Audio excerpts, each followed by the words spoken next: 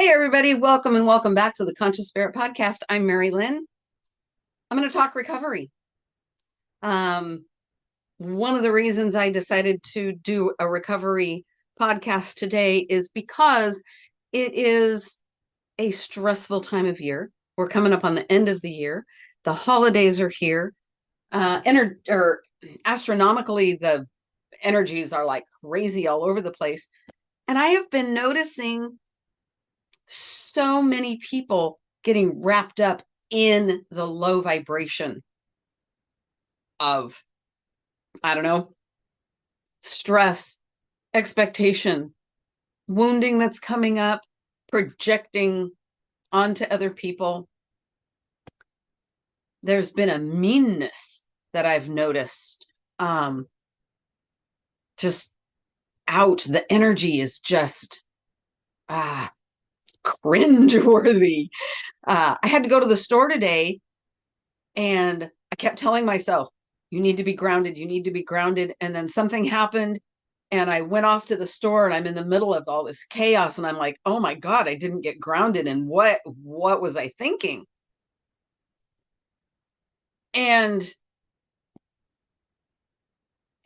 even as much work as I have done, as much a connection I have with spirit, these energies affect me like so much.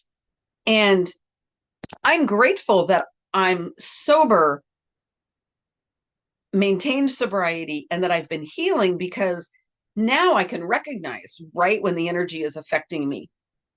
And I have some conscious choices that I can make to help me move through it. Now, whether I, actually follow through with those choices um, is another thing. But I have that awareness and I have those choices that I can do. I started thinking, what about those people who haven't experienced the beauty of sobriety, or they're fragile in their sobriety? They don't have that awareness, and maybe they don't have yet a connection to themselves or to spirit to be able to recognize choices when there are some. And one of those choices is to not have a knee-jerk reaction to other people's energy. Um, I have to admit, within the past 30 minutes, had a knee-jerk reaction to someone's um, negative energy. I was lashed out at, and I was hurt, and I lashed back. And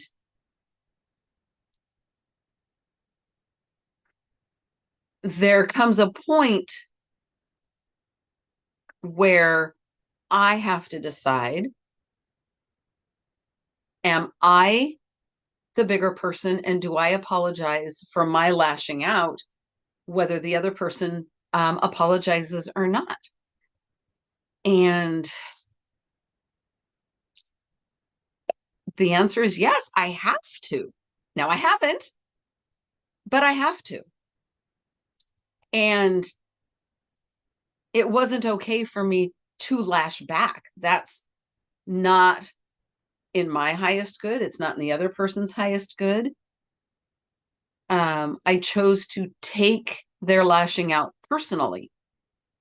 So there's another choice that we have is do we take other people's words and energy personally when 99.9999% of the time has nothing to do with us?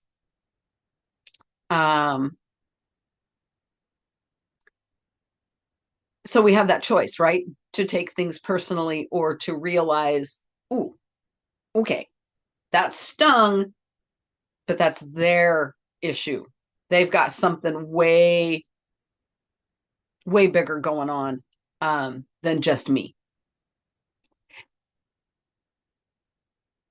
And then there is the option to stand in the vibration of love, which can be really difficult when everything else is chaos. And when you are still in a vibration of addiction, and this could be either actively in your addiction or you're fragile in that addiction, that can be really hard to do. Even for people who are solid in sobriety, we're still human.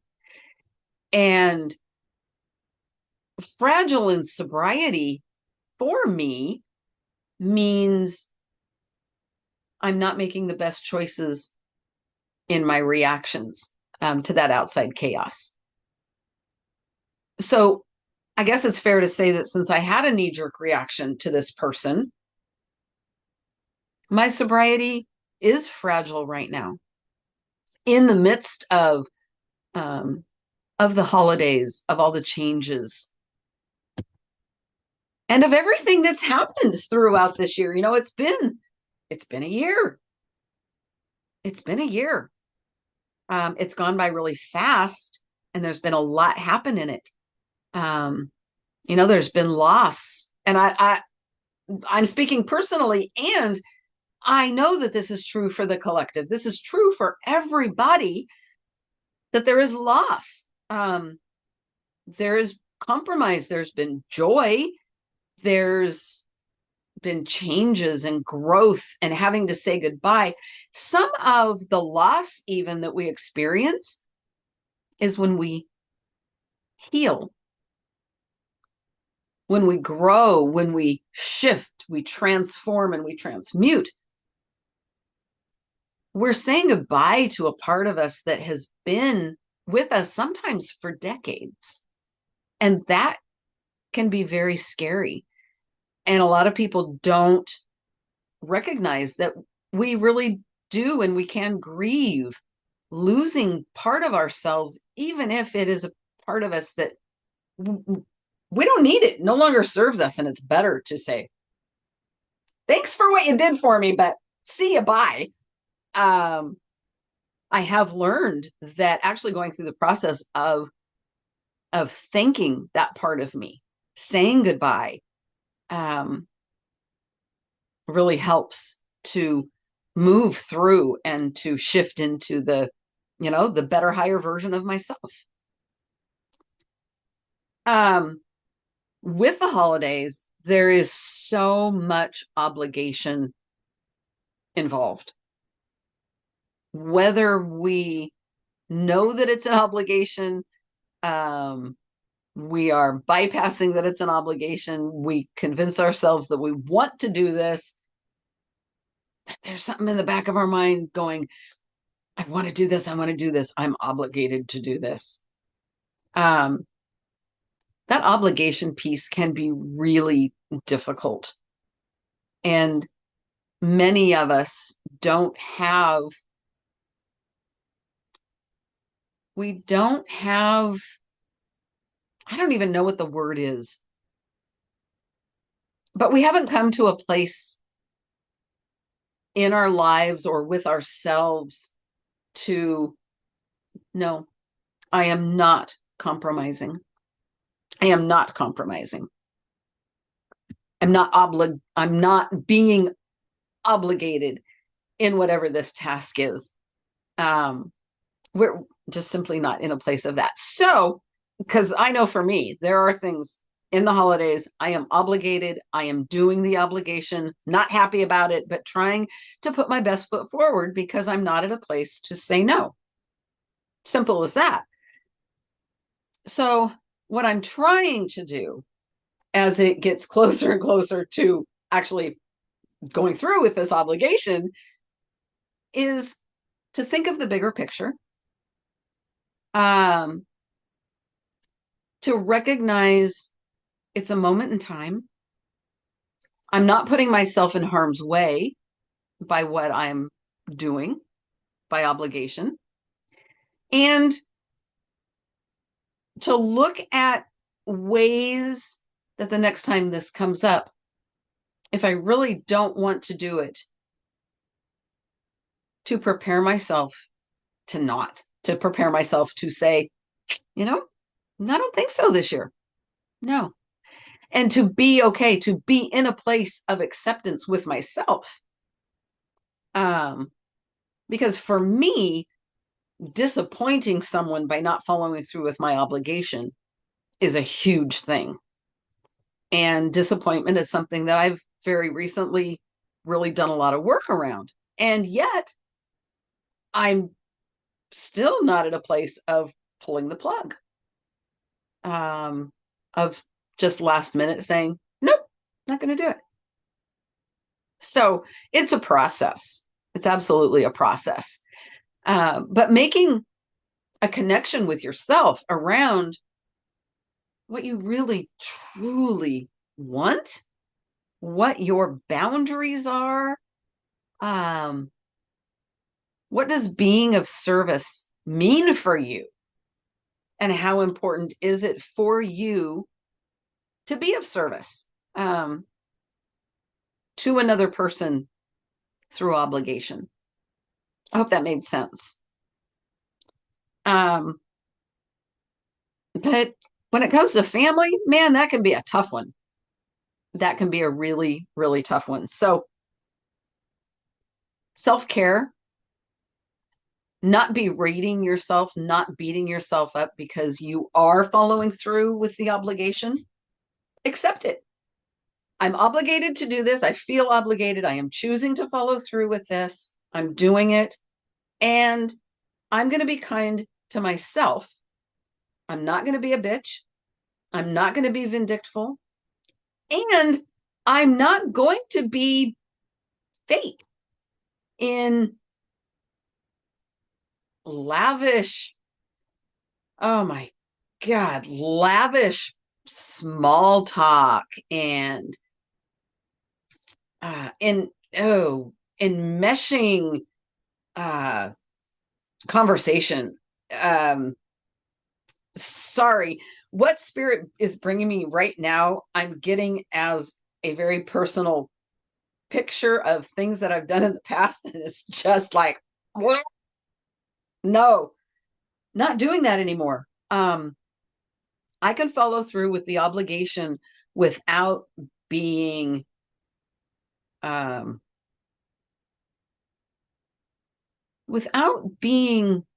mean to myself, and without being a version of myself that I absolutely am not. Take the mask off, burn the masks. At the same time, I'm not going in with, carrying that obligation on my shoulder and being a victim of it. Absolutely, I don't want to be a victim of it because I'm doing it by choice. So, I don't know. I hope that was helpful.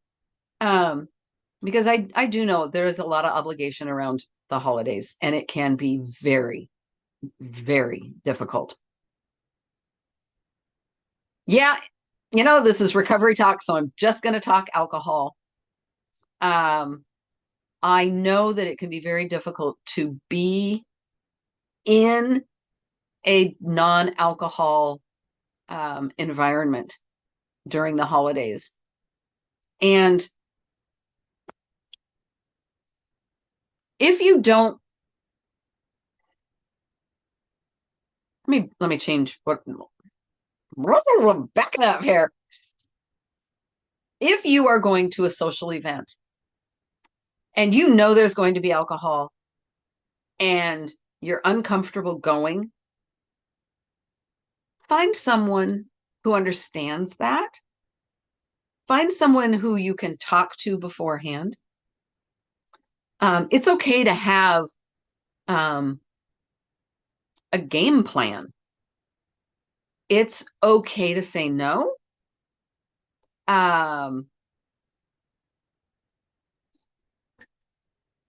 One thing that I did, I'm trying to think back, in early celebrations in the holidays, I always had a cup of hot something, and it was hot something. I drink a lot of hot water. So hot water is really great for me. If it's something hot, you can have both hands. You can it's easy to commune with something warm. Because well, at least for me, alcohol was something I would commune with. I had a relationship with it. I would, so brandy was my choice, that brandy snifter, and you hold it and you can see it and it's pretty. And it doesn't matter what your drink of choice is. I digress. I want to get out of that triggering mode because that can, yeah, sorry if I triggered somebody by that descriptive talk. Anyway, a cup of something hot to carry around. It's easy to use both hands. You can concentrate because it's hot. You don't want to spill it. You don't want to burn yourself. You don't want to burn somebody else. And then when you drink it, you want to drink it slowly so you don't burn yourself. So something hot is always a good thing to have when you're in a social setting. Having something hot to drink, it's less likely somebody's just going to come pour something in your cup, a refill, say champagne or whatever it might be. So there are always tricks. If you find yourself having to go into a situation and you need something to focus on, cup of hot water, cup of hot tea, something hot. And then talking to yourself, giving yourself permission to have fun without the alcohol.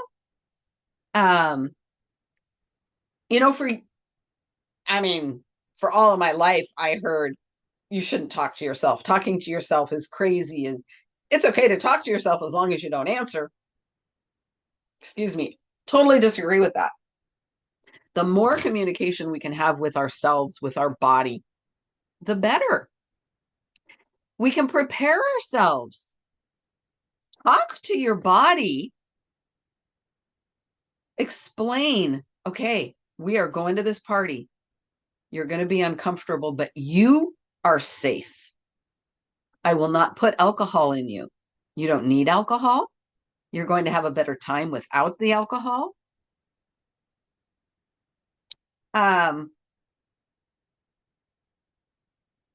You can even go so far as to, if you're, give me a signal. If I need to leave the room, if I need to make a phone call, if I need to phone a friend, if I just need to text somebody, give me a signal. What is my signal when you are so uncomfortable that you are jonesing? Because that can happen. But having a game plan can be very, very helpful. And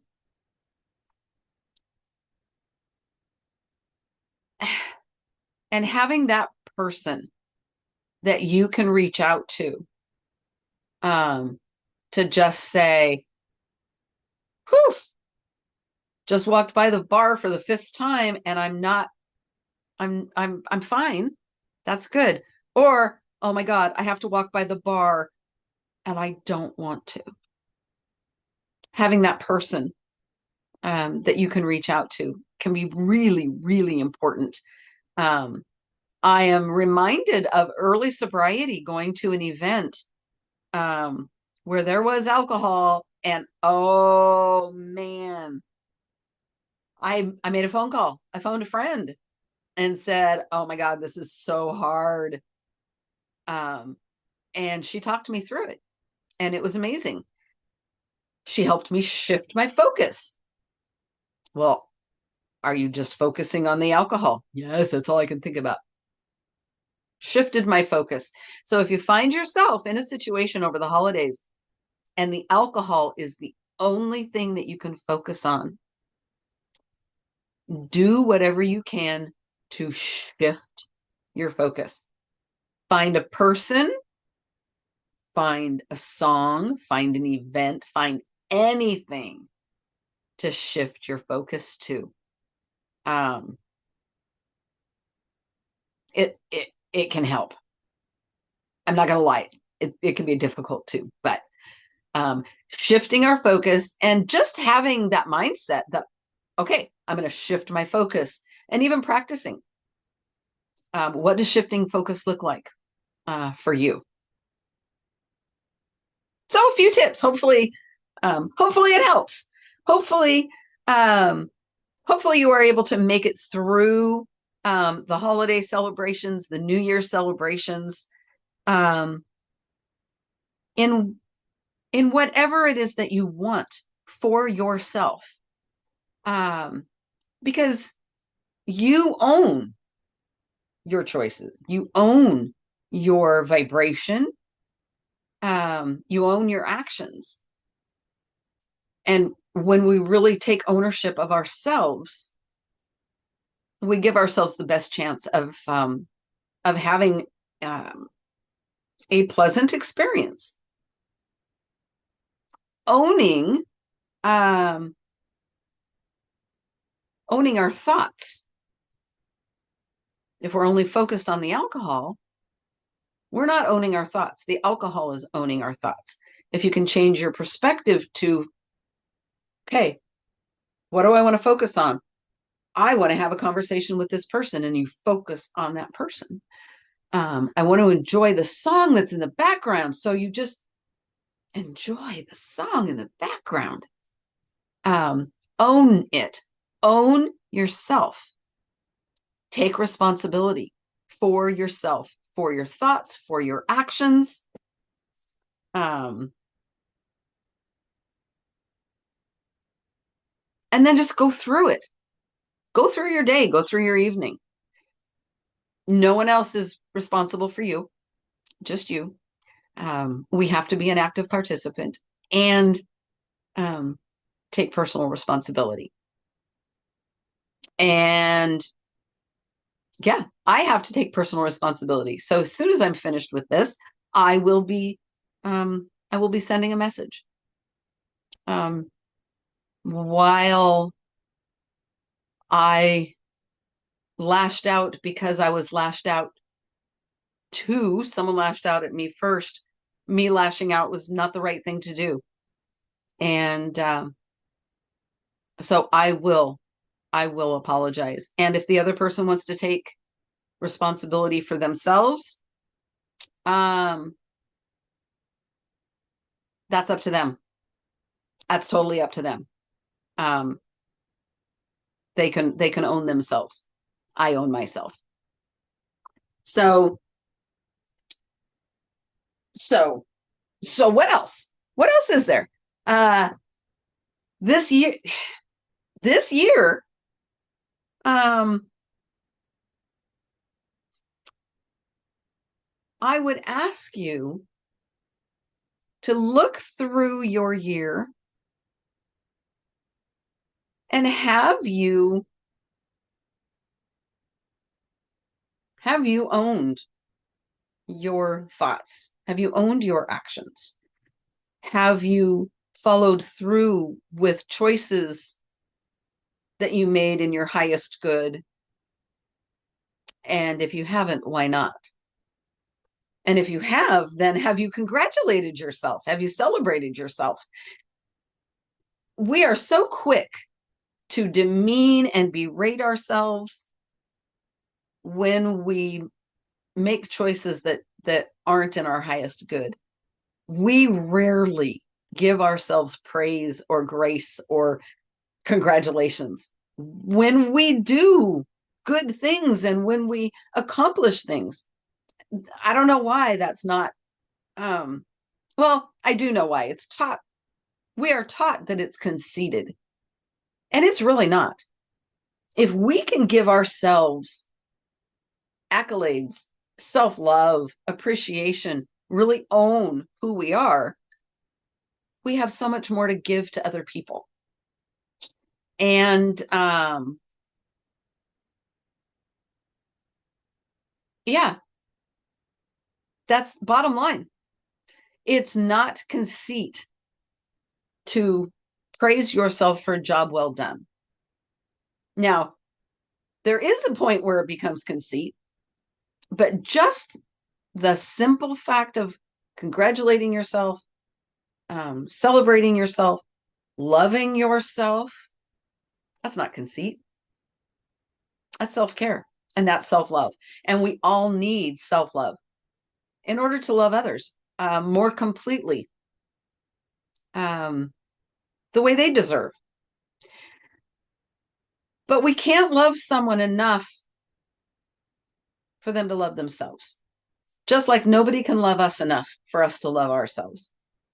And it's just not possible. We have to find that connection within. And yeah, find the connection, help it grow, do some healing, and have a wonderful life. Ooh, that's a movie. Haven't seen it this year. So, you know, that is the sum of my year. Finding connection with myself, self-love. That is my hope for you. A true connection with yourself, of course, with spirit, and to find real self-love. Hopefully that is without an addiction wrapped up in it all. If it is with an addiction, my hope for you is that you can find your way out of it. And doesn't matter how that is, if that's through a 12-step program, through a counselor, through energy healing, maybe it's through working with me. You can find me on the website at tcseverydayspsychics.com and contact me through the contact us form. I guess I'm going to call it an end. Happy holidays, everybody. Happy New Year. There's going to be another week left after this airs. But I really do hope that self-love is in your purview. If you haven't found it, that you find it real soon. Take care, everybody. Till next time. Bye.